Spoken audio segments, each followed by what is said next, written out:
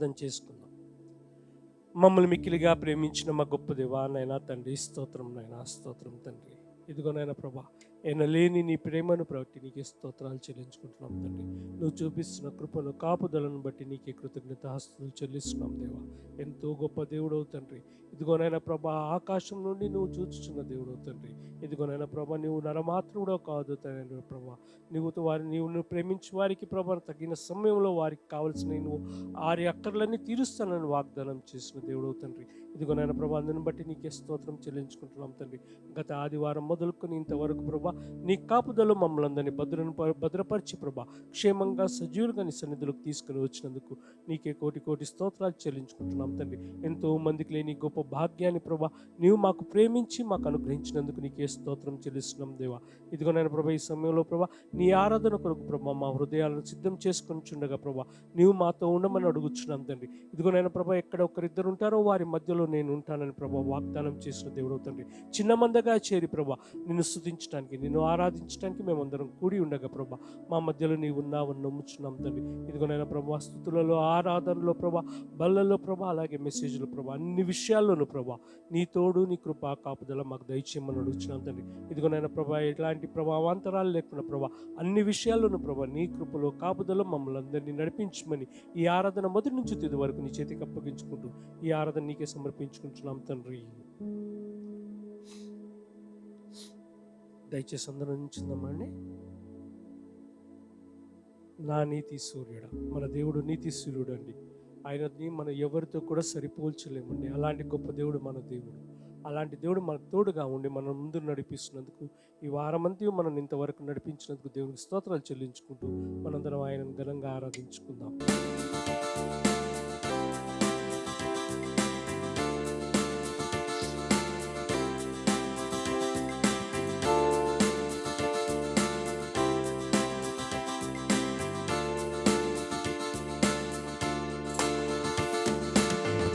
నీతి సూర్యుడా,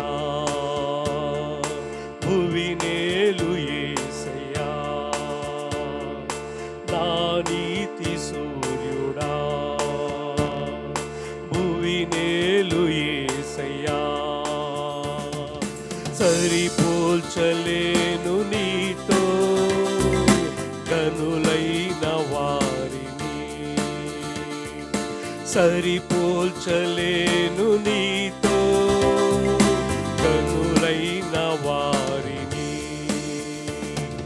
నా నీతి సూర్యుడా, భువినేలు యేసయ్యా, సరిపోల్చలేను నీతో గనులైన వారిని. రాజులకే మా రాజువు, కృప చూపే దేవుడవు, నడిపించే నజరీయుడా, కాపాడే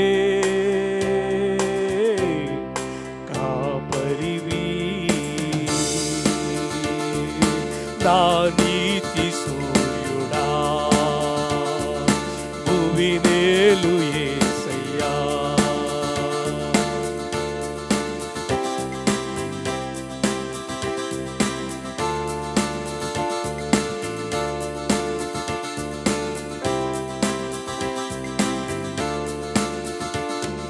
శ్రమలలో, బహు శ్రమలలో ఆదరణ కలిగించెను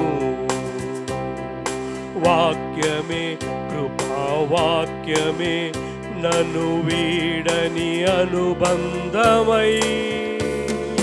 శ్రమలలో, బహు శ్రమలలో ఆదరణ కలిగించెను వాక్యమే, కృపావాక్యమే నన్ను వీడని అనుబంధమై. నీ మాటలే జలధారలై సంతృప్తినిచ్చెను, నీ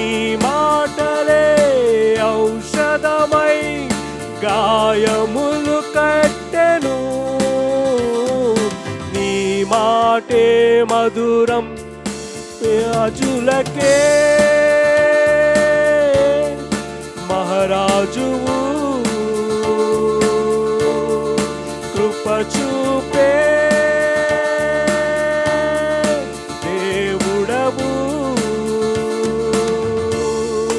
నడిపించే నజరీయుడా కాపాడే కాపరివి నా నీతి సూర్యుడా భువినేలు యేసయ్యా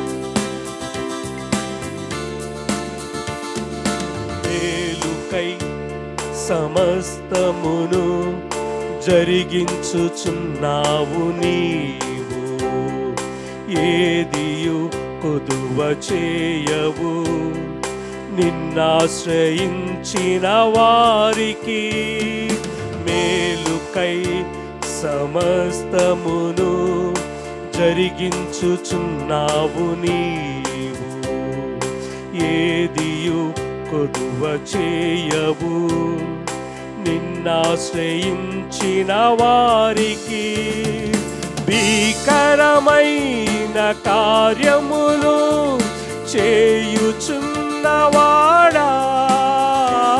సజీవుడవై అధిక స్తోత్రము పొందుచున్నవాడా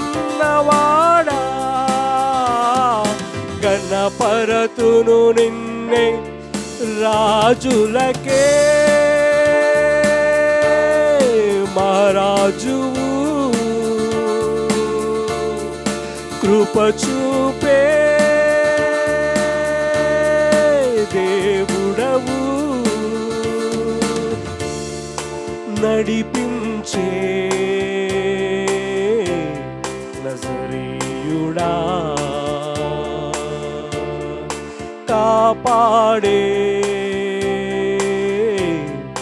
కాపరివి నా నీతి సూర్యుడా భువినేలు యేసయ్యా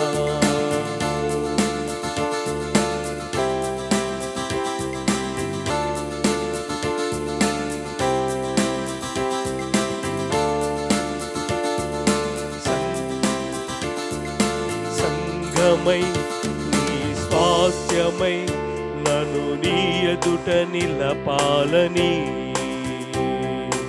ఆత్మతో మహిమాత్మతో నన్ను ముద్రించి ఉన్నావు నీవు సంగమై నీ స్వాస్థ్యమై నన్ను నీ ఎదుట నిలపాలని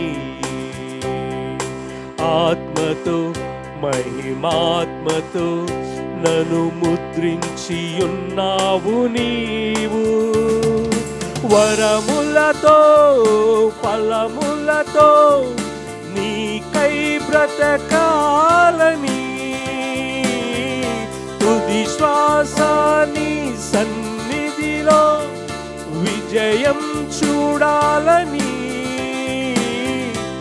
ఆశతో ఉన్నానయ్యా రాజులకే మహారాజువు కృప చూపే దేవుడవు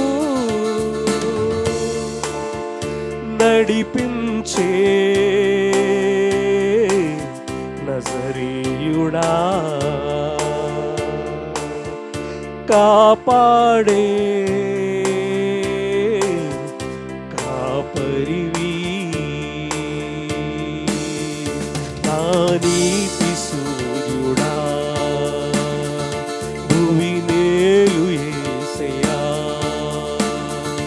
నా నీతి సూర్యుడా భువినేలు యేసయ్యా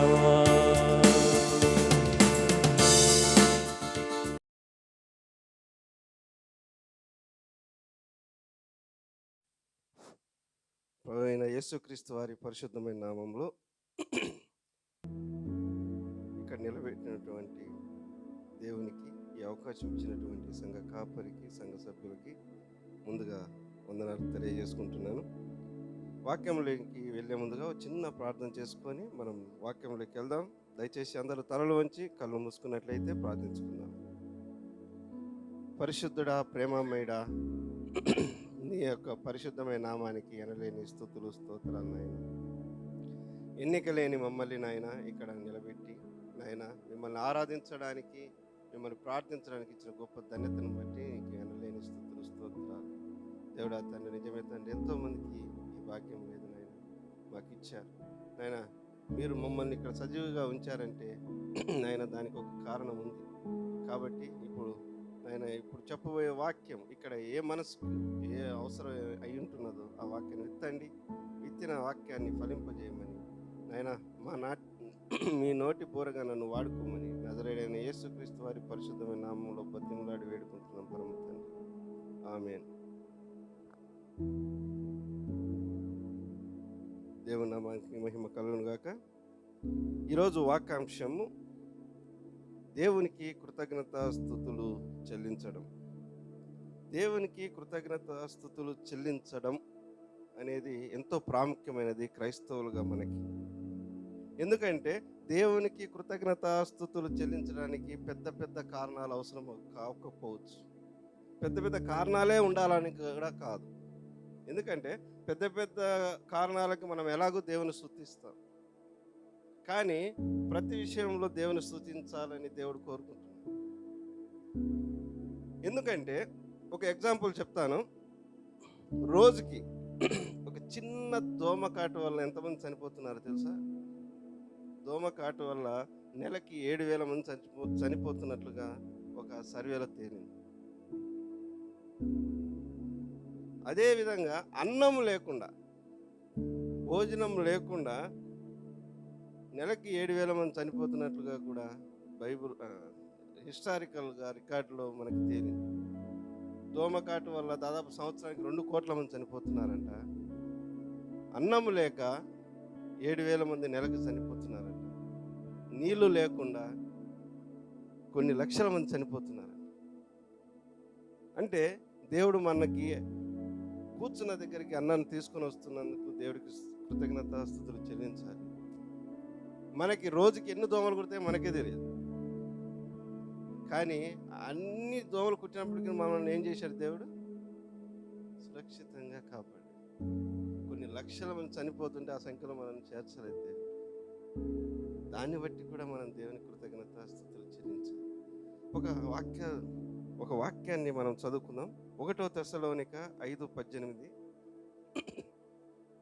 1 తెస్సలోనిక పరిశుద్ధమైన దేవుడు పరిశుద్ధాత్మతోటి పౌలుతోటి పరిశుద్ధాత్మ దేవుడు రాయించినటువంటి 1 తెస్సలోనిక 5:18. ఒకసారి తీసిన వారు చదవండి. ప్రతి విషయమునందును కృతజ్ఞతాస్తుతులు చెల్లించుడి, ఈలాగు చేయుట యేసుక్రీస్తునందు మీ విషయములలో దేవుని చిత్తం. పరలోకంలో ఎవరి చిత్తం నెరవేరుతుందండి?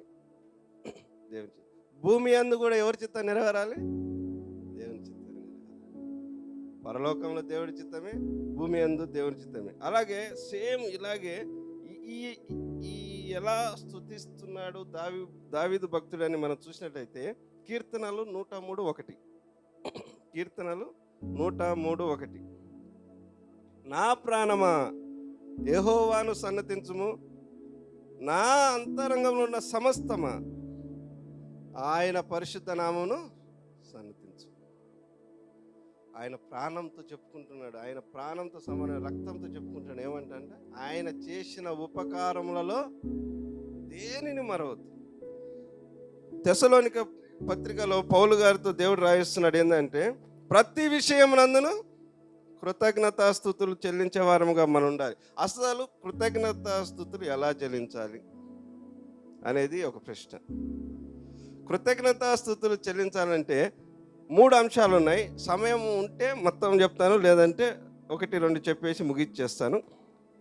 మొట్టమొదటిగా కృతజ్ఞతాస్తుతులు చెల్లించాలంటే దేవుడు చేసిన మేలులను మర్చిపోకుండా ఉండటమే కృతజ్ఞతాస్తుతులు చెల్లించడం.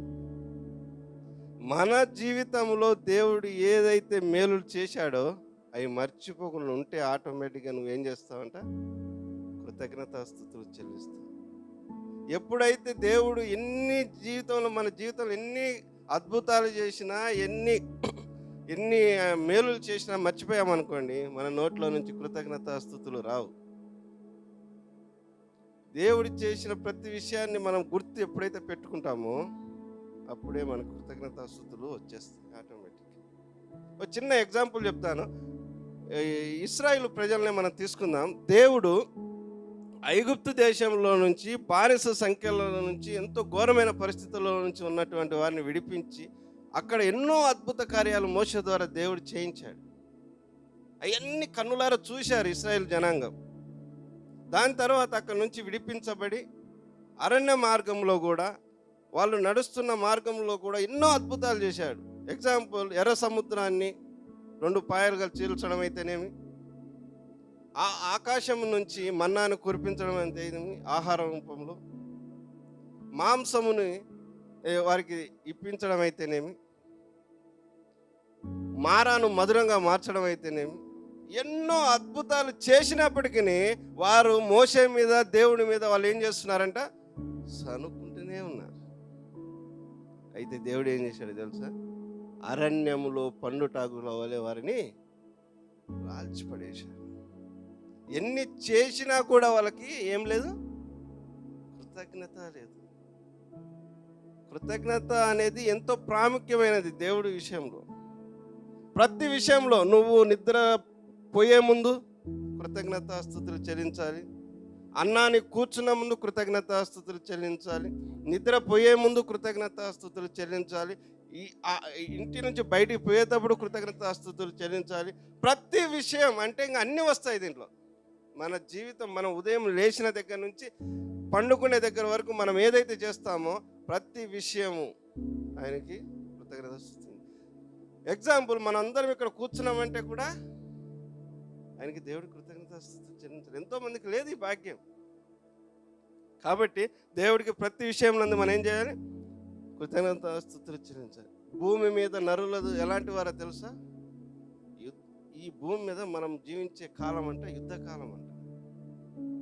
ఒక చిన్న రెఫరెన్స్ చదువుతాం. యోబు 7:1 ఏమని రాసింది? మనం ఈ భూమి మీద ఎలాంటి కాలంలో మనం ఉన్నాం అని యోబు ద్వారా దేవుడు రాయించాడు. అద్భుతమైన మాట రాయించాడు. భూమి మీద నరుల కాలము యుద్ధ కాలము కాదా? వారి దినములు కూలివాని దినములు వంటివి కాదా? యుద్ధ కాలంలో ఉంటున్నాం మనం. అయితే మన దేవుడు ఎలాంటి వాడో తెలుసా? ఎంత అద్భుతమైన వాడో తెలుసా? అది మన దేవుడు మన తరపున యుద్ధాలు చేసి, మన తరపున ఆయన మన సమస్యలకి మధ్యలో నిలబడి మనకి విజయాలను మాత్రమే దయచేసే దేవుడు మన దేవుడు. యుద్ధము యెహోవాదే. కాకపోతే నువ్వు ఏం చేయాలంటే ఆయనకి కృతజ్ఞతాస్తుతులు చెల్లించేవాడిగా ఉండాలి. దేవుడు దావీదు భక్తుడు జీవితంలో ఎన్నో అద్భుతాలు సాధించాడు దేవుడు. ఆయన గొర్రెలు కాస్తున్నప్పుడు సింహం వచ్చింది, దేవుడు అతనికి అప్పచెప్పాడు సింహాన్ని. ఎలుగుబంటి వచ్చింది, దేవుడు ఎలుగుబంటిని కూడా అతనికి అప్పచెప్పాడు. గొల్యాతును కూడా అతనికి అప్పచెప్పాడు దేవుడు. అయితే ఆయన రాజు అయినప్పటికి కూడా ఆయన ఏం చేశాడంట? నా ప్రాణమా యెహోవాను సన్నతించుము. ఆయన ఎప్పుడు కూడా ఆయన దేవుడు చేసిన మేలును మర్చిపోలేదు ఆయన. అందుకే ఆయన యేసుక్రీస్తు వంశావళిలో ఉన్నాడు. ఒక ధనవంతుడు అదే బైబిల్లో ధనవంతుడు ఏమన్నాడంటే, నా ప్రాణమా తినుము తాగుము సుఖించుము అన్నాడు. అయితే దేవుడు ఏమన్నాడు? వెర్రివాడా, ఈ రాత్రి నీ ప్రాణం నీ అడుగుచు. ఇక్కడ చిన్న చిన్న విషయాలు ఎంతో ప్రాముఖ్యమైనవి బైబిల్లో. ప్రతి విషయాన్ని కూడా మనం లైట్ తీసుకోవడానికి అవకాశమే లేదు క్రైస్తవుని. కృతజ్ఞతాస్తుతులు చెల్లించడం అంటే మొట్టమొదటిగా ఏంది? ఆయన చేసిన మేలులు ఏది కూడా మర్చిపోవద్దు మనం. సమయం లేదు కాబట్టి తొందరగా ఇది ముగించేసి రెండో దాంట్లోకి వెళ్తున్నాను. రెండోది మనం చూసినట్లయితే మనకు మనముగా దేవునికి కానుకగా సమర్పించుకోవాలి. రెండో అంశం అది అది ఎంతో ప్రాముఖ్యమైనది. మనకు మనముగా దేవుడికి కృతజ్ఞత కానుకగా సమర్పించుకోవాలి. అది నిజమైన దేవుని కృతజ్ఞత చెల్లించడం అంటే ఎలా? మనకు మనముగా ఎలా దేవునికి కానుకగా సమర్పించుకోవాలి? మనకు మనముగా దేవుని కృతజ్ఞతలు చెల్లించాలి, దేవుని మహిమపరచాలంటే ఏం చేయాలి? మన దేహాలతో దేవుని మహిమపరచాలి. మన దేహాలతో దేవుని మహిమపరచాలంటే మన దేహాలు దేవాలయాలుగా మారాలి. మన దేహాలు దేవాలయాలుగా మారితేనే, దేవాలయాలుగా మారాలంటే మనము దేవుని చేతిలోకి వెళ్ళాలి. ఒక చిన్న ఎగ్జాంపుల్ మీకు చెప్తాను, ఒక మిషనరీ గురించి. డిఎల్ మూడీ గారు అనే వారి గురించి మీకు తెలిసి ఉంటుంది. ఒక పెద్ద మిషనరీ. ఆయన చాలా గొప్ప ప్రవక్త, చాలా గొప్ప ప్రసంగికుడు. ఆయన అమెరికన్. 1837 నుంచి 1899 వరకు ఆయన దేవుడు పరిచర్య చేశాడు. దాదాపుగా 1,000,000 మందికి బాప్తిసం ఇచ్చాడు ఆయన. The great. దేవుడి సేవలు చాలా చాలా గొప్పవాడు. ఆయన పేరు మీద స్కూల్స్, పెద్ద పెద్ద కాలేజెస్, బైబుల్ మిషనరీస్ చాలా ఉన్నాయి. అయితే ఆయన ఒకరోజు ఒక ట్రైన్లో ప్రయాణిస్తున్నప్పుడు ఆయన కూర్చున్న ప్లేస్లో ఒక ముగ్గురు కూర్చున్నారు. వారు ఏం చేస్తున్నారంటే ప్యాకార్డ్ ఆడడానికి సిద్ధమవుతున్నారు. ప్యాకార్డ్ ఆడడానికి సిద్ధమవుతుంటే వాళ్ళ ముగ్గురితో ఆ ఆట కరెక్ట్గా ఉండదని ఇంకొకరు హెల్ప్ కావాలి. అంటే వాళ్ళ భాషలో ఒక హ్యాండ్ కావాలి. ఒక హ్యాండ్ తక్కువైంది వాళ్ళకి. ఏం చేయాలని అర్థం కాక ఎదురున్న మూడి గారిని అడిగారంట, మీరు ఒక హ్యాండ్ వేస్తారా మాతో పాటు అన్నారు. ఆయన 2 చేతులు వెనక్కి పెట్టి, నాకు చేతులు లేవుగా అన్నాడు. అదేంది 2 చేతులు వెనక్కి పెట్టావుగా అని వీళ్ళు అన్నారు. అయితే ఆయన మళ్ళీ 2 చేతులు ముందుకు పెట్టి, ఈ 2 చేతులు నేను దేవుడికి ఎప్పుడో ఇచ్చేశానుగా అన్నాడు. అంటే ఆయన పాపము చేసే అవకాశం ఉన్నా పాపం చేయకపోవడం గొప్ప విషయం. పాపం చేసే అవకాశం ఉండి చేయకపోవడం చాలా గొప్ప విషయం. అది చేస్తే పెద్ద విషయం కాదు. యోసేపు కూడా పాపం చేసే అవకాశం వచ్చింది అతనికి, కానీ ఆయన పాపం చేయలేదు. మన దేహం మొత్తం కూడా ఏం చేయాలంట? దేవునికి సమర్పించుకోవాలి. మన దేహం ఎలా ఉండాలని దేవుడు కోరుకుంటున్నాడో, మనం దేహాన్ని ఎలా ఇవ్వాలనుకుంటున్నాడో ఒక చిన్న రెఫరెన్స్ చూద్దాం. రోమాపత్రిక 6:13.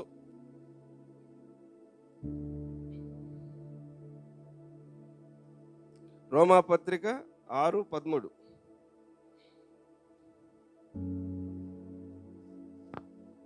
రోమాపత్రిక 6:13. మరియు మీ అవయములను దుర్నీతికి సాధనములుగా పాపమునకు అప్పగింపుకుడి. అయితే సజీవులం అనుకొని మిమ్మును మీరే దేవునికి అప్పగించుకొనిడి. తర్వాత మీ అవయములను నీతి సాధనములుగా దేవునికి అప్పగించుకొనిడి. నీ దేహము నీది కాదు. ఆయన నీ దేహాన్ని అప్పుడు ఆయన తన స్వరక్తం ఇచ్చి కొనబడిన శరీరం ఇది. మన అవయవాలతో ఓన్లీ పాటలు పాడి, ఓన్లీ చప్పట్లు కొడితే అది కూడా ఆరాధనే, కాదనట్లేదు. మనం చేసే ప్రతి పని కూడా దేవుని మహిమపరిచేలాగా ఉండాలి. మన దేహాలతో మనం మాట్లాడే మాటలు కానివ్వండి, మనం చూసే చూపు కానివ్వండి, మనం నడిచే కాళ్ళు, మనం నడిచే నడవడిక కానివ్వండి, మనం ఆలోచించే ఆలోచనలు కానివ్వండి, అవన్నీ కూడా దేవునికి సమర్పించుకోవాలంట. మనం మన యొక్క దేహం దుర్నీతికి సాధనాలుగా అప్పగించుకోకూడదు. దేవుడికి మన దేహము ఆలయంగా ఉన్నప్పుడే దేవుని ఆత్మ నీలో ఉంటుంది. దేవుడి ఆత్మ నీలో ఉంది అంటే ఆటోమేటిక్గా నువ్వు దేవుణ్ణి స్తుతించకుండా ఉండలేవు. దేవుడి ఆత్మని నీలో నిలయముగా ఉంచుకున్నప్పుడే అప్పుడు దేవుడు నిజంగా నీ దేహంతో మహిమపరచగలడు. ఈరోజు ప్రియ సంగమా, నిన్ను నువ్వు దేవునికి కానుకగా అప్పగించుకోవడానికి సిద్ధంగా ఉన్నావా అనేదే ప్రశ్న. నిన్ను నువ్వు కానుకగా వేసుకుంటావా ఈరోజు? దేవునికి ప్రతి విషయంలో కృతజ్ఞతలు చెప్పే స్థితిలో నువ్వు ఉండగలుగుతున్నావా అనేదే నువ్వు ఆలోచించుకో. ప్రతి విషయానికి దేవునికి కృతజ్ఞతాస్తుతులు చెల్లించకుండా ఎవరు ఉండడానికి అస్సలు అవకాశమే ఉండకూడదు. మన క్రియలు ప్రభావితం చేసేలా ఉండాలి ప్రతి ఒక్కరిని. అప్పుడు దేవుడు మహిమపరచబడతాడు.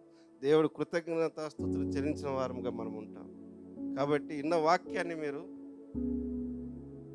మనసులో ఉంచుకొని దేవునికి కృతజ్ఞతాస్తుతులు చెల్లించే విషయంలో మీరు వెనుతీయక నిత్యము దేవుడిలో నడవాలని ఈ అవకాశం ఇచ్చినటువంటి సంఘ కాపురికి మరొకసారి వందనాలు తెలియజేసుకుంటూ ముగించుకుంటున్నాను. దేవుడి చిన్న వాక్యాన్ని ఆశీర్వదించిన గాక. Thank you brother. మంచి వాక్యంతో మమ్మల్ని అందరినీ ఉదయకాల సమయంలో ప్రేరేపించినందుకు మనం ఎలా కృతజ్ఞతాస్తుతులు చెల్లించాలి, ఎలా దేవునికి కృతజ్ఞత కలిగి ఉండాలో చెప్పారు. అలాగే ఈ సమయంలో మనం కొద్దిసేపు దేవుని ఆరాధించుకుందామండి. ఎందుకంటే ఆయన ఆరాధనకు యోగ్యుడు. ఎందుకంటే ఆయనకు మనము నిత్యము ఆయన స్తుతించబద్ధులమై ఉన్నాము. దానిని బట్టి దేవునికి స్తోత్రాలు చెల్లిద్దాము. ఎందుకంటే ఆయన మనల్ని ఎప్పుడు పిలుస్తూనే ఉంటాడంటండి. ఆయన ఎవ్వరిని కూడా పిలవకుండా లేడు. ప్రతి ఒక్కరిని తన కౌగిల్లోకి పిలిచే దేవుడు. అలాంటి గొప్ప దేవుడు మనకు కలిగినందుకు మనం ఆయనను మనస్ఫూర్తిగా ఆరాధించుకుందాం. దేవా, నీవు తప్ప నాకెవరున్నారయ్యా? నీవు లేకపోతే నా స్థితి ఏమయ్యా? నీ ప్రేమను బట్టి నీకు ఆరాధన అయ్యా, నీ జాలిని బట్టి నీకు స్తోత్రాలయ్యా అని దేవుని మనం అందరం కలిసి ఆరాధించుకుందాం.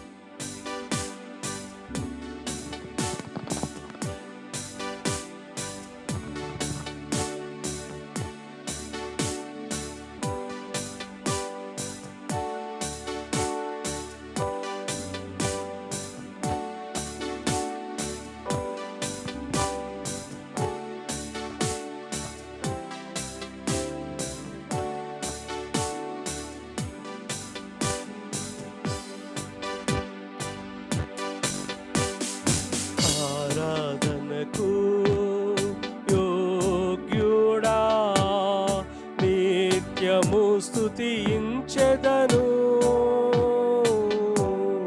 నీ మేలులను మరువకనే ఎల్లప్పుడు స్తుతి పాడెదను.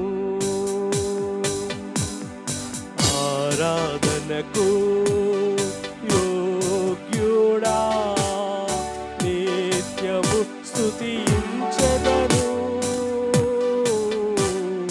నీ మేలులను మరువకనే ఎల్లప్పుడు స్తుతి పాడెదను.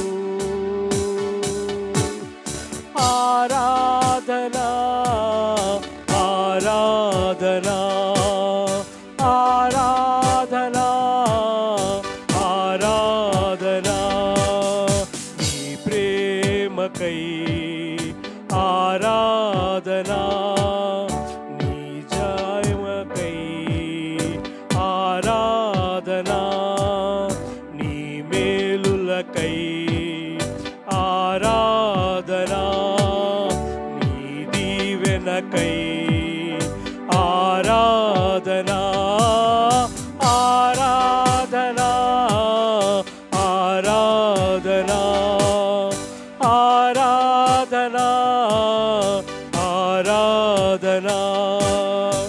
ఆరాధనకు యోగ్యుడా, నిత్యము స్తుతించెదను. నీ మేలులను మరువకనే ఎల్లప్పుడు స్తుతి పాడెదను.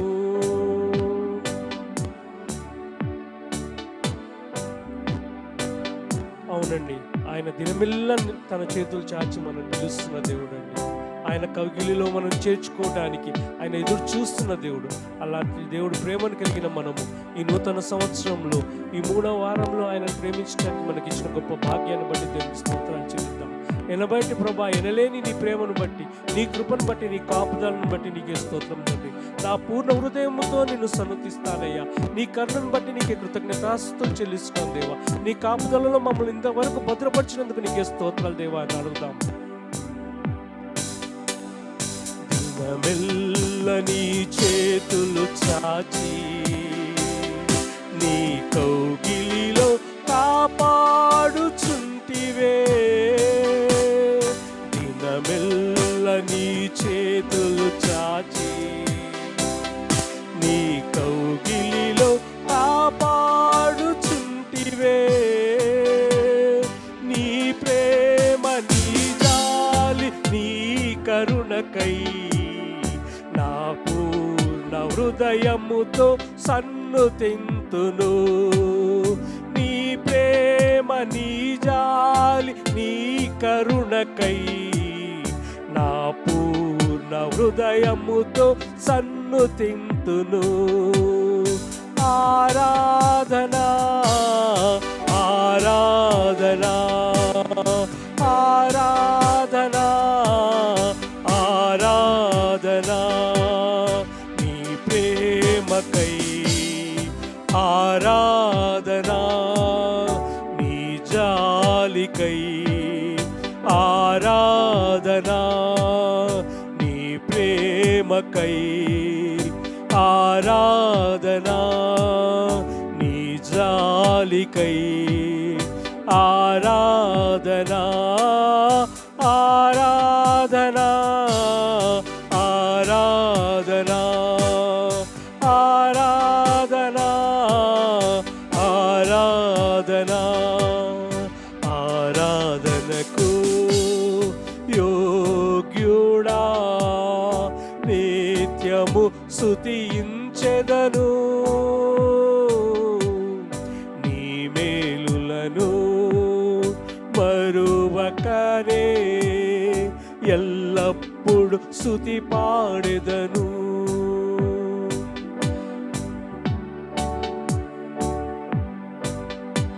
మనం ధనవంతులుగా చేయడానికి కానీ ఈ లోకానికి వచ్చి దరిద్రులుగా మారాడంటే, మనల్ని హెచ్చించడానికి ఆయన అవమానపడ్డాడండి. ఆ సిలువపై మన కోసం మరణించాడండి. మనం చేసిన పాపాల కొరకు చేసిన అవమానాల కొరకు మనకు ప్రతిగా ఆయన ఆ కలవరిలో మన పాపాలను భరించాడండి. అంతకంటే ఇంకా ఎవరు చేయగలరండి? ఇంతకంటే గొప్పగా ఇంకెవరండి మన కోసం చేసేవారు? ఒక్కసారి జ్ఞాపకం చేసుకుందామా? దేవా, నువ్వు నా పట్ల చేసిన గొప్ప కార్యాలను బట్టి నేనేమని నిన్ను పొగడగలనయ్యా? ఏమని నిన్ను ఆరాధించగలనయ్యా? నా తల్లిదండ్రులు, నా బంధుమిత్రులు ఎవ్వరు కూడా ప్రభా నా కొరకు ఇంతగా చేయలేరు తండ్రి. నా కొరకు ప్రాణం పెట్టావు తండ్రి. నీ చివరి రక్త బొట్టు వరకు ప్రభా నీ రక్తంతో నన్ను ప్రోక్షించావండి. నీ రక్తంలో నన్ను కడిగావు తండ్రి. ఇదిగో నాయన ప్రభా, అందును బట్టి నీవు స్తోత్రం చెల్లిస్తున్నాం తండ్రి. నీ రక్తం పెట్టి నన్ను కొన్నావయ్యా ప్రభా, వెల చెల్లించావయ్యా. నువ్వు నన్ను నిర్మించుకొని కూడా ప్రభా తిరిగి నా కొరకు నువ్వు వెల చెల్లించి నన్ను నీ సొంతం చేసుకున్నావు తండ్రి. అందును బట్టి నీవు ఆరాధనకు యోగ్యుడవయ్యా. అందును బట్టి నీకే స్తోత్రాలు చెల్లిస్తున్నాం దేవా. నీ కరుణ, నీ కృప, నీ కాపుదలను బట్టి నీకే స్తోత్రం చెల్లించుకుంటున్నాం దేవా.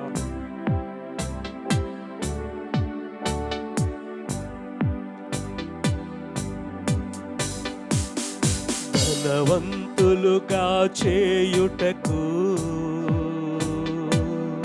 దారిద్ర్యతననుభవించినావు. ధనవంతులుగా చేయుటకు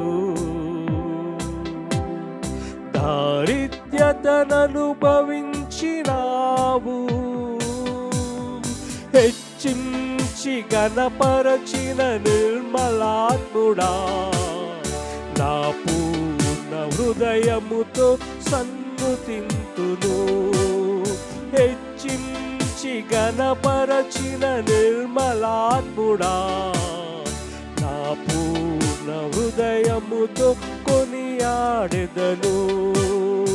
ఆరాధనా ఆరాధనా ఆరాధనా ఆరాధనా నీ కృప కొరకై ఆరాధనా, ఈ స్థితి కొరకై ఆరాధనా, నీ కృప కొరకై ఆరాధనా, ఈ స్థితి కొరకై ఆరాధనా ఆరాధనా ఆరాధనా ఆరాధనా ఆరాధనా ఆరాధనకు యోగ్యుడా నిత్యము స్తుతించెదను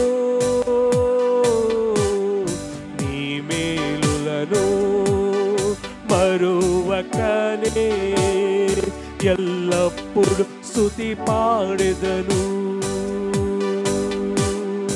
ఆరాధనకు యోగ్యుడా నిత్యము స్తుతించెదము నీ మేలులను మరువకనే ఎల్లప్పుడు స్తుతి పాడెదను ఆరాధనా ఆరాధనా ఆరాధనా ఆరాధనా నీ మేలులకై ఆరాధనా నీ దీవెనకై ఆరాధనా నీ ప్రేమకై ఆరాధనా నీ జాలికై ఆరాధనా నీ కృప కొరకై ఆరాధనా ఈ స్థితి కొరకై ఆరాధనా ఆరాధనా ఆరాధనా ఆరాధనా ఆరాధనా ఆరాధనా ఆరాధనా అవును దేవా నీ మేలులకై ప్రభా నీ దీవెనకై ప్రభా నీకే ఆరాధన తండ్రి ఇదిగోనైనా ప్రభా నీ ప్రేమ నీ కరుణ ప్రభా నేను ఏ స్థితిలో ఉన్నాను కూడా నీవు నన్ను విడిచిపెట్టకుండా నన్ను నడిపిస్తున్న స్థితి దాన్ని బట్టి ప్రభా నీ కృప ఆధారం బట్టి నీకే స్తోత్రాలు చెల్లించుకుంటాం తండ్రి ఉదయకాల సమయంలో ప్రభా ఇంతవరకు నేను ఈ రీతిగా ఆరాధించుకోవడానికి నీవు మాకు ఇచ్చిన భాగ్యాన్ని బట్టి నీకే స్తోత్రం తండ్రి ఇదిగోనైనా ప్రభా మా మధ్యలో నీవు ఉన్నావని మా ఆరాధనని నీవు గైకున్నావని నమ్ముచున్నాం తండ్రి ఇదిగోనైనా ప్రభా ఈ సమయంలో నీ దాసుని ద్వారా వాక్యం వినబోచున్న తండ్రి నీ దాసుని నిలబెట్టుకుని ప్రతి హృదయానికి కావలసిన ఆత్మీయ ఆహారాన్ని మాకు దయచేసి నీ సన్నిధిలో నిలబెట్టుకోమని మా ప్రభువైన యేసుక్రీస్తు ప్రార్థన వేడుకుంటున్నాం తండ్రి.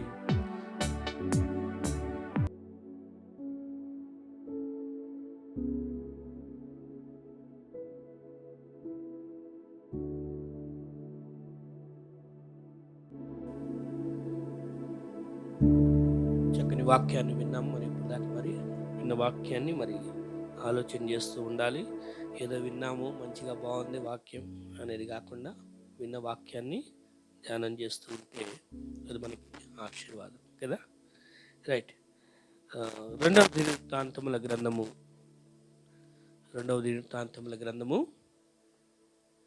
14వ అధ్యాయం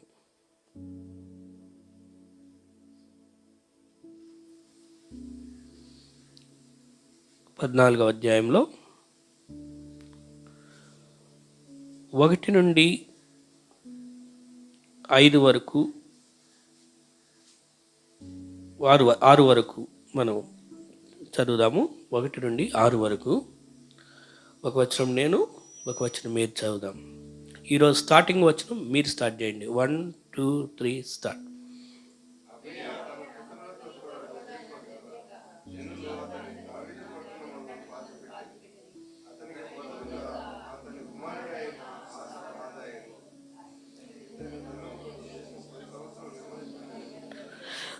ఆసా తన దేవుడైన యెహోవా దృష్టికి అనుకూలముగాను యథార్థముగాను నడిచినవాడై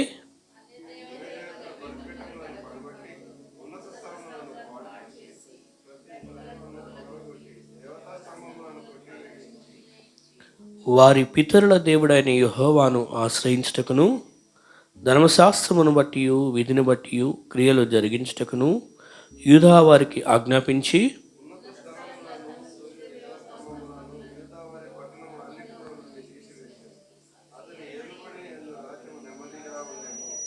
6వ వచనం కలిసి చదువుదాం. ఆ సంవత్సరములలో అతనికి యుద్ధములు లేకపోవడం చేత దేశములో నెమ్మది కలిగి ఉండెను. యెహోవా అతనికి విశ్రాంతి దయచేసి ఉండగా అతడు యూదా దేశమున ప్రాకారములు గల పట్టణములను కట్టించెను. అద్భుతమైనటువంటి వచనం ఇది. ఇక్కడ రాజు పేరు చదివారు మీరు. ఈ రాజు ఎవరు? ఆసారాజు. ఈ ఆసారాజు గురించి మీరు చాలాసార్లు వినే ఉంటారు. ఇది కొద్దిగా మీరు బ్యాక్గ్రౌండ్ అర్థం చేసుకుంటే మనం తొందరగా కనెక్ట్ అవుతాం ఈ యొక్క వచనాలకి. ఇశ్రాయేలు ప్రజలు ఐగుప్తు బానిసత్వంలో నుంచి విడిపించబడిన తర్వాత కొన్ని సంవత్సరాల పాటు వాళ్ళకేమి రాజులేమీ లేరు, కానీ దేవుడు వాళ్ళకి న్యాయాధిపతులను ఇచ్చాడు. ఏదన్నా వాళ్ళకి సమస్య ఉంటే ఆ జడ్జెస్ న్యాయాధిపతుల దగ్గరికి వెళ్తే వాళ్ళు వారికి సమస్య తీర్చడం. అలాగే వాళ్ళ దేశం వేరే దేశం చేత పట్టబడినప్పుడు దేవుడు ఒక్కొక్క న్యాయాధిపతిని వాడుకుంటూ మనం చూస్తాం. అది న్యాయాధిపతుల గ్రంథంలో చదివితే ఆ విషయాలు అర్థమవుతాయి. ఒక్కొక్క న్యాయాధిపతిని ఒక్కొక్క కాలంలో వాడుకున్నాడు, వాళ్ళని విడిపిస్తూ వచ్చాడు. ఆ తర్వాత వాళ్ళు ఏమన్నారంటే, మరి ఇతర దేశాలకి రాజులు ఉన్నారు కదా, మరి దేవుడు మాకు కూడా మా దేశానికి కూడా ఒక రాజు అని అడిగారు. అప్పుడు సమూయేలు ప్రవక్త చాలా బాధపడ్డాడు. ఇదేంటి వీళ్ళు రాజుని అడుగుతున్నారు, దేవుడే ఇంత చక్కని స్వేచ్ఛను వీళ్ళకి ఇచ్చి దేవుడే వీళ్ళకి రాజుగా ఉండి ఇంత చక్కగా పాలన జరిగిస్తుంటే వాళ్ళకి అర్థం కావట్లేదు అని సమూయేలు చాలా బాధపడ్డాడు. ఆయన కూడా దేవుడు ఏమనంటే, సరే సమూయేలు నువ్వేం బాధపడద్దు, వాళ్ళు నిన్ను కాదు నన్ను తృణీకరిస్తున్నారు, వాళ్ళకి రాజు కావాలంటున్నారు కాబట్టి సరే వాళ్ళ కోసం రాజుని అభిషేకించని చెప్పి అప్పుడు సమూయేలు చేత మొదటి రాజుని వాళ్ళకి, అంటే విడిపించబడిన తర్వాత కొంతకాలానికి మొదటి రాజుని అభిషేకించారు. ఎవరు వాళ్ళకి మొదటి రాజు? సౌలు. సో సౌలుని మొదటిగా అభిషేకించడం జరిగింది. దేవుడే సమూయేలుని చెప్పాడు, వెళ్ళి సౌలుని అభిషేకించడం జరిగింది. ఆయన ఒక 40 సంవత్సరాలు పాలన చేశాడు. అయితే ఆ తర్వాత దేవుడు ఆ సౌలుని తొలగించేసి దావీదుని రాజుగా అభిషేకించడం జరిగింది. రాజుగా ఆస్థానంలో కూర్చున్నాడు. ఆయన 40 సంవత్సరాలు పరిపాలన చేశాడు. ఆయన ముసలివాడైపోయాడు. ఆ తర్వాత కుమారుడు సొలొమోనుకి వచ్చింది. సో సొలొమోను వరకు అట్లా ఇశ్రాయేలు రాజ్యం అంతా కూడా 12 రాజ్యాలుగా కలిసి ఉన్నారు. బాగుంది, 12 గోత్రాలుగా. అయితే తర్వాత రాజ్యం విడిపోవడం జరిగింది. ఎలాగైతే మన తెలుగు రాష్ట్రాలు విడిపోయి అక్కడొక రాష్ట్రము ఇక్కడొక రాష్ట్రం అని, అక్కడ రాజధాని ఇక్కడ రాజధాని, అక్కడ ముఖ్యమంత్రి ఇక్కడ ముఖ్యమంత్రి అని ఎలా అయితే తెలుగు రాష్ట్రాలు విడిపోయినాయో, అలాగా బైబిల్లో కూడా మనం చదివితే ఈ 12 గోత్రాలు సొలొమోను పరిపాలన తర్వాత రాజ్యం విడిపోయింది. యూదా సైడ్, జూడ్ యొక్క సౌత్ సైడ్, అది యూదా గోత్రం వారు, 2 గోత్రాల వారు ఏం చేశారంటే యూదా బెన్యామీను గోత్రం వారు దక్షిణం వైపు వారి రాజ్యం ఒకటి, ఇక మిగిలిన గోత్రాల వారని నార్త్ సైడ్ అనమాట. అప్పుడు ఈ రాజ్యం విడిపోవడం జరిగింది. ఇదంతా మనకు బైబిల్లోనే చదువుతూ ఉంటే అన్ని విషయాలు అర్థమవుతూ ఉంటాయి అనమాట. మీరు మొదటి సమూయేలు, 2వ సమూయేలు, మొదటి రాజులు, 2వ రాజులు, మొదటి వృత్తాంతములు, 2వ వృత్తాంతములు ఇది చదవండి. మీకు ఇప్పుడు మనం చెప్పుకునేదంతా ఇందులోనే ఉందన్నమాట. అట్లాగా రాజ్యము విడిపోవడం జరిగింది. ఒకటి నార్త్ సైడ్, ఒకటి సౌత్ సైడ్, దక్షిణం ఉత్తరం. అప్పుడు ఇక్కడ అక్కడ రాజులు వేరుగా ఉంటూ వచ్చారు.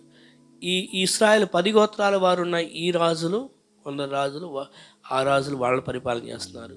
ఇటు దక్షిణం సైడ్ ఉన్నటువంటి ఈ రాజులను వీళ్ళు పరిపాలన చేస్తారు. ఈ దక్షిణంపు ఉన్నటువంటి రాజుల్లో కొద్దో గొప్ప కొందరన్నా కొద్దిగా భక్తిపరులు ఉన్నారు, కానీ అటు నార్త్ సైడ్ ఉన్నటువంటి బైబిల్లో చెప్పబడిన ఆ యొక్క 10 గోత్రాలను ఆ నార్త్ సైడ్ ఉన్నటువంటి రాజ్యాల్లో ఉన్న రాజులు మాత్రం మ్యాక్సిమం చాలామంది దేవునికి కోపాన్ని తెప్పించేటట్లుగానే ఉన్నారు.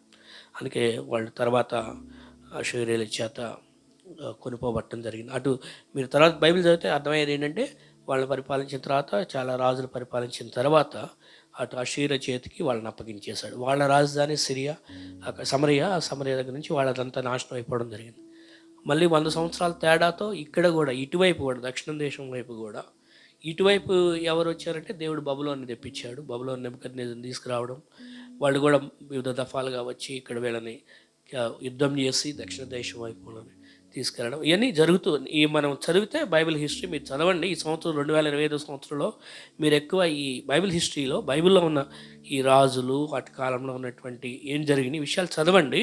మీరు ఈజీగా కనెక్ట్ అవుతారనమాట. వాక్యాలకి చెప్పేటప్పుడు అర్థమవుతూ ఉంటుంది మీకు. ఓకే, ఈ ఎక్కువ టైం తీసుకొని కొద్దిగా స్టడీ చేస్తూ ఉంటే మంచిదనమాట. అప్పుడు మనం ఎప్పుడైనా వాక్యం పలానా రాజు ఆసా గురించి చెప్పుకుంటే ఆసా పలానా రాజు కదా, పలానా ఇప్పుడు ఆసా అన్నాము. ఈ ఆసా ఇటు యూదా రాజ్యానికి సంబంధించిన వాడా, అటు నార్త్ సైడ్కి సంబంధించిన వాడా అంటే యూదాకు సంబంధించిన రాజు.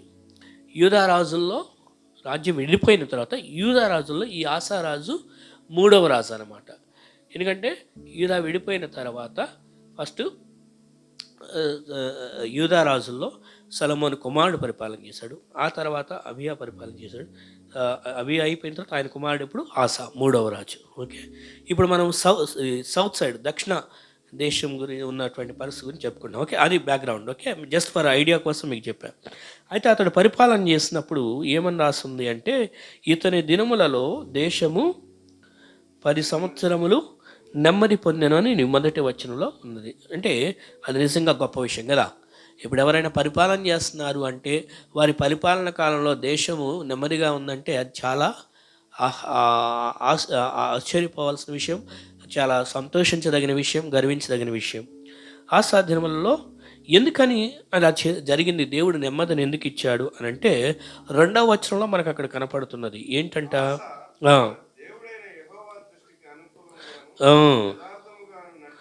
అక్కడ ఒక నిమిషం ఆగుదామండి. సో ఆసా ఒక రాజుగా దేశంలో దేవుని దృష్టిలో, మనుషుల దృష్టిలో కాదు ఫస్ట్ ఆఫ్ ఆల్, ఎందుకంటే మనిషి కన్నా ముందు దేవుని దృష్టిలో, అంతే కదా. మనుషుల దృష్టిలో నేను ఒక మంచిగా కనపడుతున్నట్లుగా నటనగా ఉండొచ్చేమో, కానీ దేవుని దృష్టిలో ఎట్లా ఉన్నా అనేది ఇంపార్టెంట్, రైట్. సో అందుకనే ఇక్కడ దేవుని దృష్టిలో అతడు అనుకూలంగా ఉన్నాడు, యథార్థంగా నడిచినవాడు. సో ఆయన నడకలో దేవునికి అనుకూలం.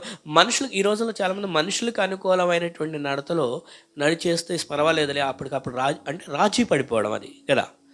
కానీ ఇక్కడ ఆసా అనేది అతను రాజు మనుషుల కోసం వాళ్ళేదో ఇది చేయాలని చెప్పేసి వాళ్ళ కోసం రాజీ పడి అలాగే, కానీ దేవునికి ఏది అనుకూలం, దేవునికి అనుకూలమైన దారిలో నేను నడుస్తున్నానా లేదా అని ఎప్పటికప్పుడు చూసుకున్నాడంట. సో అది మనం కూడా గ్రహించుకోవాల్సిన విషయం. మనకు కూడా నెమ్మది పొందాలి అంటే మనం కూడా చేయవలసిన పని ఏంటంటే దేవునికి అనుకూలమైన దారిలో నేను నడుస్తున్నానా. అక్కడే ఇంకో మాట ఏమనుందంటే యథార్థంగా అనే మాట కూడా రాయింది కదా. యథార్థంగాను నడిచిన, అనుకూలముగాను యథార్థముగాను. అనుకూలంగా బాగానే ఉంటే ఉండొచ్చు, మరి అట్ ద సేమ్ టైం యథార్థత కూడా ఆయన కోరుకుంటుంటాడు. ఎందుకంటే దేవుడు యథార్థవంతుడు, ఆయన నేనే సత్యం అన్నాడు కదా, యథార్థవంతుడు. కాబట్టి యథార్థమైన దేవుడు ఆయన కార్యములు కూడా ఏ విధమైనటువంటి అందులో మోసం ఉండదు, యథార్థంగా చేస్తాడు, ప్రజల కోసం చేసేది. అందుకనే ఈ ఆశ కూడా ఇప్పుడు దేవుని దృష్టిలో నేను యథార్థంగా ఉండాలి అని ఆయన నిర్ణయించుకున్నాడు. సో ఆయన నిర్ణయించుకొని ఆయన నడిచిన నడక ఆ దేవునికి అనుకూలంగా యథార్థంగా నడిచాడు కాబట్టి దేశంలో నెమ్మది పొందడానికి కారణమైంది అతని జీవితంలో. అక్కడితోనే ఆయన ఇంకా చేస్తున్న పని ఏంటంటే 3వ వచనంలో ఉంది.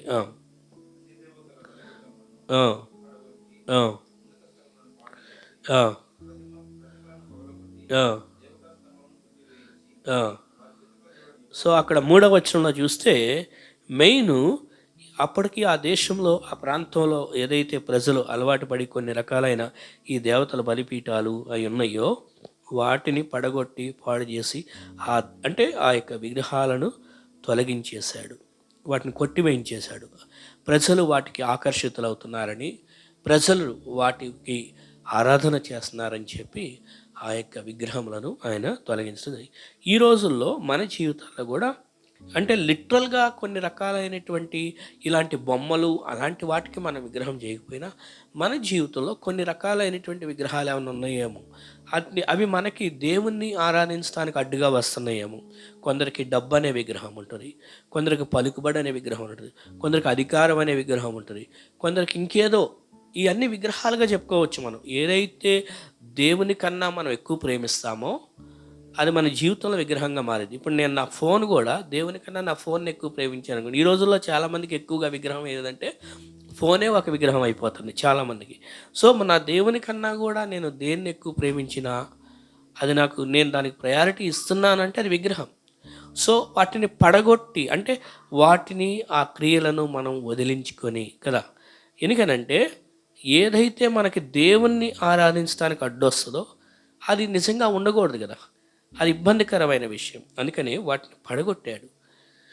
సో పడగొట్టేశాను సరిపోయిందా అని అంటే సరిపోయింది కాదు. 4వ వచనం కంటిన్యూ చేస్తే ఏమన్నారంటే, వారి పితరుల దేవుడైన యెహోవాను ఆశ్రయించుటకును. ఆ, ఎందుకంటే అప్పుడు అది ధర్మశాస్త్ర కాలం కాబట్టి, అప్పుడు ఆ లా అనేది వ్యాలిడిటీ అప్పుడు ఇంకా కంటిన్యూషన్ ఉంది కాబట్టి, అందులో ఉన్నటువంటి ఆ విధులు క్రియలు జరిగించడానికి వరకు ఆజ్ఞ. సో వాటిని చెయ్యండి అని ఆజ్ఞాపిస్తున్నాడు. మీరు ఈ క్రియల ప్రకారం ఈ ధర్మశాస్త్రాలు ఏవైతే ఉన్నాయో వీధుల్ని మనం పాటించాలి, కాబట్టి పాటించండి అని యూదా వారికి ఆజ్ఞాపించి. ఎందుకంటే ఆయన ఆజ్ఞాపిస్తున్నాడు, తెలియజేస్తున్నాడు, చేయండి అని ఆజ్ఞాపిస్తున్నాడు. ఆయన కూడా చేస్తున్నాడు కాబట్టి చేయమని. ఎందుకని? దేవుణ్ణి ఆశ్రయించడానికి. సో కేవలం నేను విగ్రహాన్ని పడగొట్టేసాను, నా జీవితంలో దాన్ని వదిలించుకున్నాననే కాదు, నెక్స్ట్ ఏంటి అంటే యెహోవాను ఆశ్రయించడానికి కూడా చాలా ఇంపార్టెంట్. ఓకే, అది చేయకపోతే ఇది చేసి అది చేయకపోతే మళ్ళీ కష్టమే. ఎందుకనంటే మనకి సువార్తల్లో కూడా, ఇప్పుడు ఇవన్నీ టైం లేక నేను ఇక్కడితో ముగిస్తా. సువార్తల్లో కూడా చూస్తే ఒకసారి ఒక వ్యక్తిలో నుంచి అపవిత్రాత్మను వెళ్ళగొట్టడం జరిగింది. అపవిత్రాత్మ పోయాడు, అయిపోయింది.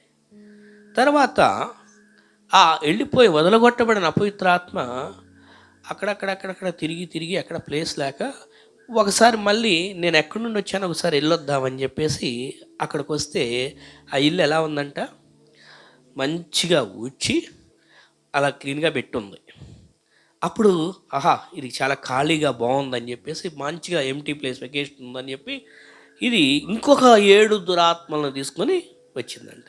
దీన్ని బట్టి మనకి ఏమర్థమవుతుందంటే, కేవలం నేను వాటిని వదిలించుకున్నాను, ఒకదాన్ని వదిలించుకున్నానని అక్కడితో ఆగడం కాదు, ఆ వదిలించుకున్న ప్లేస్లో ఏమి నింపబడాలి అనేటువంటిది కూడా ఇంపార్టెంట్. నేను ఓకే ఆ విగ్రహాన్ని వద్దనుకొని దాన్ని తీసివేశా, బట్ అదే టైంలో ఆ ప్లేస్లో దేవుని చేత నింపబడి ఉండాలి, ఆత్మచేత నింపబడి ఉండాలి. యేసుప్రభు నమ్మిన మనందరికీ లోపల పరిశుద్ధాత్మ చేత ముద్రించబడ్డాం. ఇప్పుడు పరిశుద్ధాత్మ మనలోనే ఉన్నాడు, బట్ ఆత్మక్రియల చేత నింపబడి ఉండాలి. ఇక్కడ అదే ధర్మశాస్త్ర క్రియలను ఆ విధులను పాటించండి, దేవుని ఆశ్రయించండి అని చెప్పాడు కదా. సో ఒకటి చేసి రెండోది చేయకపోతే అక్కడ మళ్ళీ అవకాశం సాతానికి ఇచ్చిన వాళ్ళం అవుతాం కదా.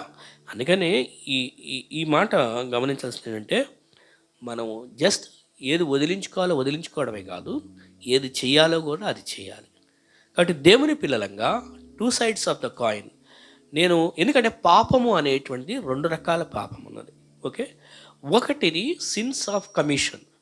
ఏంటి అంటే సిన్స్ ఆఫ్ కమిషన్ అంటే కొన్ని పాపాలు చేస్తాం, ఏంటది చేయకూడని పాపాలు. ఫర్ ఎగ్జాంపుల్, నేను విచారం చేయటం పాపం అంటే అది చేస్తుంటే అది పాపం, చేయకూడదు చేస్తాను. దొంగతనం చేయకూడదు కానీ చేస్తా, అబద్ధం చేయకూడదు చేస్తా. సో ఇది సిన్స్ ఆఫ్ కమిషన్, చేయకూడని పాపాన్ని చేయటం. మరొకటి ఏంటంటే సిన్స్ ఆఫ్ ఒమిషన్, అంటే ఏది చెయ్యాలో దాన్ని చెయ్యం.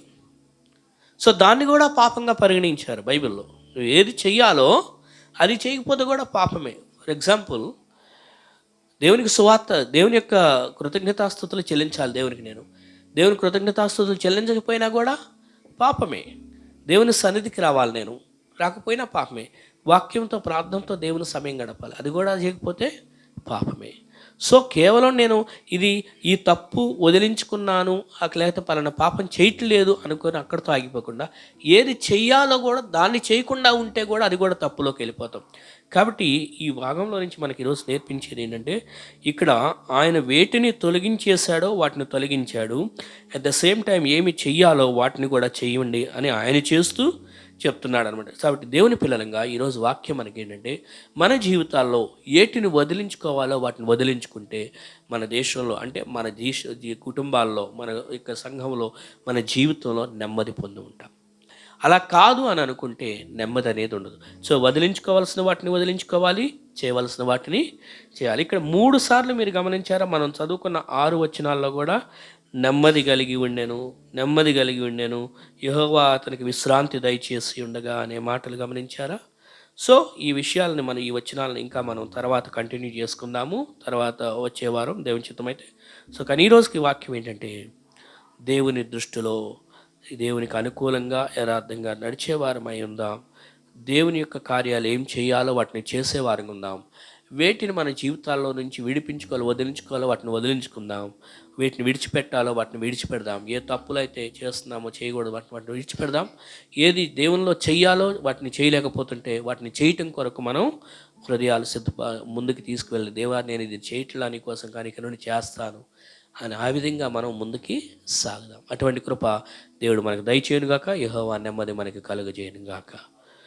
ప్రార్థన కొరకు ప్రకాష్ గారు ప్రార్థన చేస్తారు. ప్రకాష్ గారు ప్రార్థన చేసిన తర్వాత మనం బలలో పాల్గొందాం.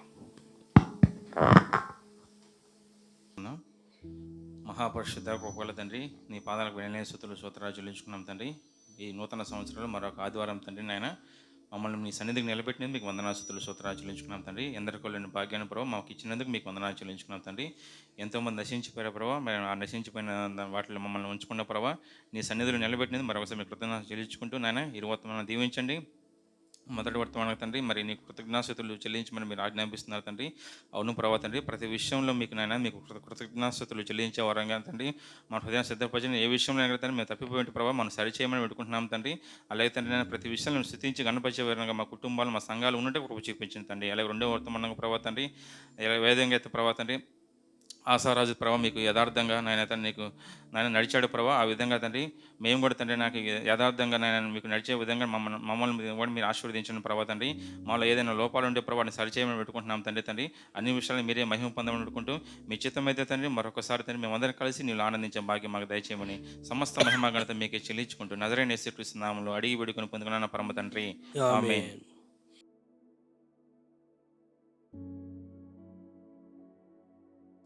బలలో పాల్గొనడానికి మనం హృదయాలు సిద్ధపాటు చేసుకుందాము. ప్రతి ఒక్కరం కూడా ఎందుకు బలలో పాల్గొనాలి అంటే మన కొరకు యేసుక్రీస్తు వారు చేసిన సిలువ కార్యాన్ని మనం జ్ఞాపకం చేసుకోవడానికి. ఎందుకంటే నన్ను జ్ఞాపకం చేసుకునేటికై దీనిని చేయుడి అని దేవుడు చెప్పాడు. కాబట్టి దేవుని క్రీస్తుని జ్ఞాపకం చేసుకుందాం. అట్ ద సేమ్ టైం పరీక్షించుకుందాం, మన హృదయాలు స్వపరీక్ష చేసుకుందాం ఎవరికి వాళ్ళే మన హృదయంలో. ఎందుకంటే అయోగ్యంగా బల్లలో చేయి వేస్తే అనే మాట ఉంది. అయోగ్యంగా మనం బల్లలో చేయి వేయొద్దు. మన హృదయాలు, నేను రక్షణ పొందానా, క్రీస్తుని హృదయంలో అంగీకరించానా, యేసు నమ్ముకున్నానా, అది ఫస్ట్ అర్హత. అలాగే మరి నా హృదయంలో నేను పూర్తిగా దేవుణ్ణి నిజంగా హృదయపూర్వకంగా ఆరాధిస్తున్నానా, నా హృదయంలో లేకపోతే వేరే వాటికి స్థానం ఉందా? మన హృదయాన్ని మనం సిద్ధపాటు చేసుకుందాం, పరీక్ష చేసుకుందాం. వేరే విగ్రహాలు ఏమన్నా నా హృదయాన్ని ఆక్రమించాయా? వేరే విగ్రహాలు ఏమన్నా నా హృదయంలో ఉంటే మరి నేను దేవుణ్ణి ఆరాధన చేయడానికి వాటిని వస్తాయి. ఈ బలలో పాల్గొనడం అనేది దేవుణ్ణి ఆరాధించడం, క్రీస్తుని జ్ఞాపకం చేసుకోవడం. మరి వేరే విషయాలు మన జీవితంలో ఉంటే ఈ ఆరాధన చేయడానికి అవి అడ్డుగా వస్తుంటే మనం అయోగ్యంగా బలలో చేయవేసిన అవుతాం. అయోగ్యంగా బలలో చేయవేయకుండా యోగ్యంగా బలలో చేయడానికి క్రీస్తుని మాత్రం జ్ఞాపకం చేసుకుందాం. క్రీస్తుని మాత్రమే ఆలోచన చేద్దాం. మన కొరకు గాయాలు పొందిన క్రీస్తు, మన కొరకు వేదన అనుభవించిన క్రీస్తు, మన కొరకు అవమానాలు భరించిన క్రీస్తు, మనం పాపం చేస్తే ఆయన శరీరం శిక్షను అనుభవించింది. కాబట్టి క్రీస్తుని జ్ఞాపకం చేసుకుందాం. మా గొప్ప దేవా, మహోన్నతుడా, సర్వశక్తిమంతుడైన తండ్రి, పరలోకపు దేవా, అయ్యా మేం పాపులం, మేము దారి తొలగిపోయిన వారు. కానీ ప్రభా మా కొరకు ప్రభు అయిన యేసుక్రీస్తు వారిని, నీ కుమారుడైన క్రీస్తుని మా కొరకు నలగొట్టించావు. మా కొరకు క్రీస్తు ఆ యొక్క శిలువ శ్రమల అవమానాలు భరించారు. ప్రభా క్రీస్తు పొందిన గాయముల చేత మాకు మా పాపం అనే రోగము నుండి స్వస్థతనిచ్చావు. మా హృదయాలు కడిగి శుద్ధీకరించావు. అయ్యా మమ్మకు విమోచించావు. అందరి కొరకు మేము మీకు ఏమి ఇవ్వగలము తండ్రి? ఏమి ఇవ్వలేక ఈయన మా కొద్ది స్తుతి ఆరాధన నీకే సమర్పించుకుంటున్నాం తండ్రి. ఆమేన్. రొట్టెలో పాల్గొందాం.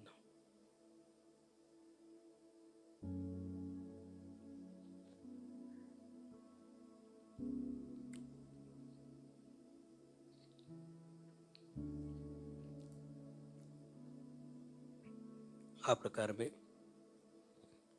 భోజనం అనిపింపడు ఆయన మరొక పాత్రను ఎత్తుకొని,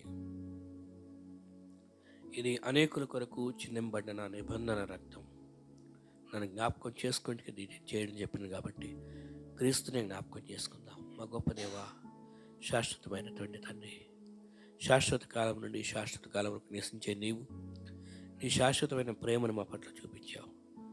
అయా, నీ ప్రేమను బట్టి నీ కుమారుడైన క్రీస్తుని మా కొరకు ఈ లోకంలోనికి పంపించావు. పాపం చేసిన మా హృదయాలను కడిగి శుద్ధీకరించడానికి అయ్యా, నీ కుమారుడైన క్రీస్తుని మా కొరకు ప్రాణత్యాగంగా బలియాగంగా అర్పించావు. అయా, క్రీస్తు తన పరిశుద్ధ రక్తాన్ని మా కొరకే కార్చి ఆ పరిశుద్ధ రక్తంలో మా హృదయాల యొక్క ప్రతి పాపమును కడిగివేసి అయ్యా, ఇప్పుడు నీ కృపచేత ఉచితంగానే మమ్మల్ని పరిశుద్ధులుగా నీతిమంతులుగా చేసి ఉన్నారు. నీ పరలోకానికి వారసులుగా చేసి ఉన్నారు. నిత్య జీవాన్ని మాకు అనుగ్రహించారు. నరక శిక్షణను తప్పించారు. అయా, అందుల కొరకు మేము మీకు ఏమి ఇవ్వగలము తండ్రి? ఏమి ఇవ్వలేక ఈ రక్షణ పాత్రం చేత వచ్చుకొని ఈయన మా కొద్ది స్తుతి ఆరాధన నీకే సమర్పించుకుంటున్నాం తండ్రి. ఆమేన్. పాత్రలో పాల్గొందాం.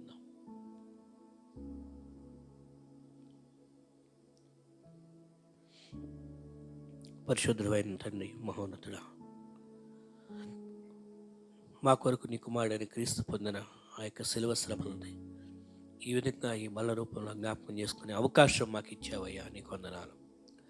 ఈరోజు నీ బలలో పాల్గొన్న ప్రతి సహోదరుడు సహోదరుని మీరు దీవించండి.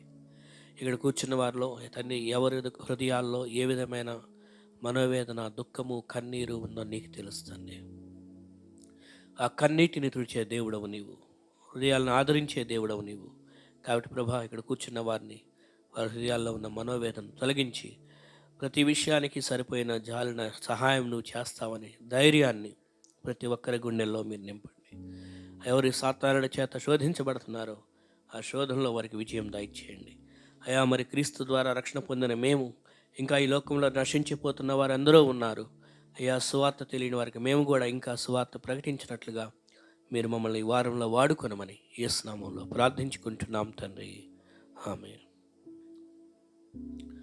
పాడుతూ మనం దేవుని కొరకు కానుకలు సమర్పించుకుందాం. కానుకల విషయం నీ చేతితో నన్ను పట్టుకో, నీ ఆత్మతో నన్ను నడుపు, శిల్పి చేతిలో శీలను నేను, అనుక్షణము నన్ను చెక్కుము, శిల్పి చేతిలో శీలను నేను, అనుక్షణము నన్ను చెక్కుము, నీ చేతితో నన్ను పట్టుకో, నీ ఆత్మతో నన్ను నడుపు, శిల్పి చేతిలో శీలను నేను,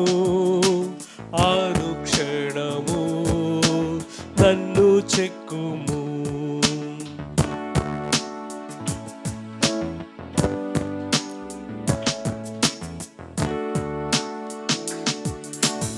అంధకారా లోయలోనా సంచరించిన భయములేదు, నీ వాక్యం శక్తి గలది, నా త్రోవకు నిత్య వెలుగు, నీ వాక్యం శక్తి గలది, నా త్రోవకు నిత్య వెలుగు, నీ చేతితో నన్ను పట్టుకో, నీ ఆత్మతో నన్ను నడుపు, శిల్పి చేతిలో శీలను నేను, అనుక్షణము నన్ను చెక్కుము.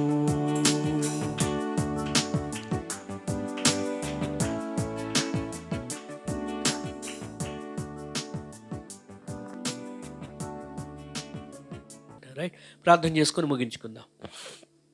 కృపగల దేవా, పరిశుద్ధమైన తండ్రి, మహోన్నతుడా, అయ్యా, మరి ఈరోజు మమ్మల్ని మందిరానికి తీసుకొచ్చావు, నీ వాక్యాన్ని మాకు అందించావు, నీకు వందనాలు, స్తోత్రాలు.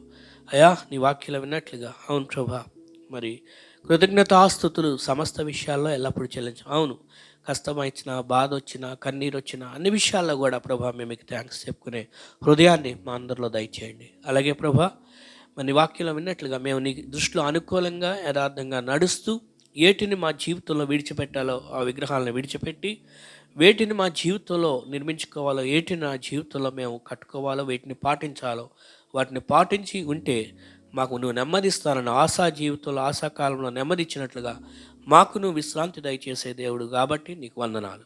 అయ్యా, ఇక్కడ చేరవచ్చిన ప్రతి కుటుంబాన్ని మీరు ఆశీర్వదించండి. వారి వారి కుటుంబ సమస్యలు ఏమైతే ఉన్నాయో వాటి విషయాల్లో సహాయం దయచేయండి అయ్యా. మరి రాణి సిస్టర్ గారు అనారోగ్యంగా ఉన్న సందర్భంలో మరి సంఘస్థులందరూ కూడా గత 10 రోజుల నుంచి ఎంతో చక్కగా స్పందించి హాస్పిటల్స్కి వెళ్ళి అక్కడ ఉండి హెల్ప్ చేస్తూ, అలాగే ఇక్కడ ఇంటికి కూడా మరలా వచ్చి హైదరాబాదు హస్నాపురం సంఘస్థులు ఎంతో సపోర్టివ్గా ఉన్నారు తండ్రి ఈ యొక్క వారం 10 రోజుల నుంచి. కాబట్టి వారిని పరామర్శించి హెల్ప్ చేసిన కుటుంబాలందరికీ కూడా నీ కాపుదలు దయచేయండి.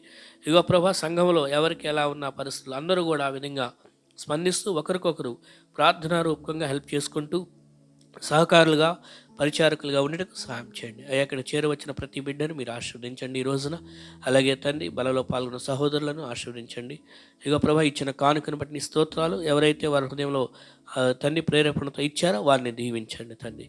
అలాగే వారికి రావాల్సిన బహుమానం మెండుగా దయచేయండి అయ్యా. మరి నిశ్చితమైతే మరొకసారి మరలా మేమంతా కలుసుకునేంత వరకు కూడా నీ పరిశుద్ధాత్మ కాపుదల, తండ్రి కుమారిక సహవాసం, తన యొక్క ప్రేమ మాకు ఎల్లప్పటికీ సదాకాలం ఇచ్చినట్లు చేయమని నజరేయుడైన యేసుక్రీస్తు నామములో ప్రార్థించి వేడుకొనుచున్నాం తండ్రి. ఆమేన్, ఆమేన్. Praise Lord. అందరికీ వందనాలండి. వందనాలు.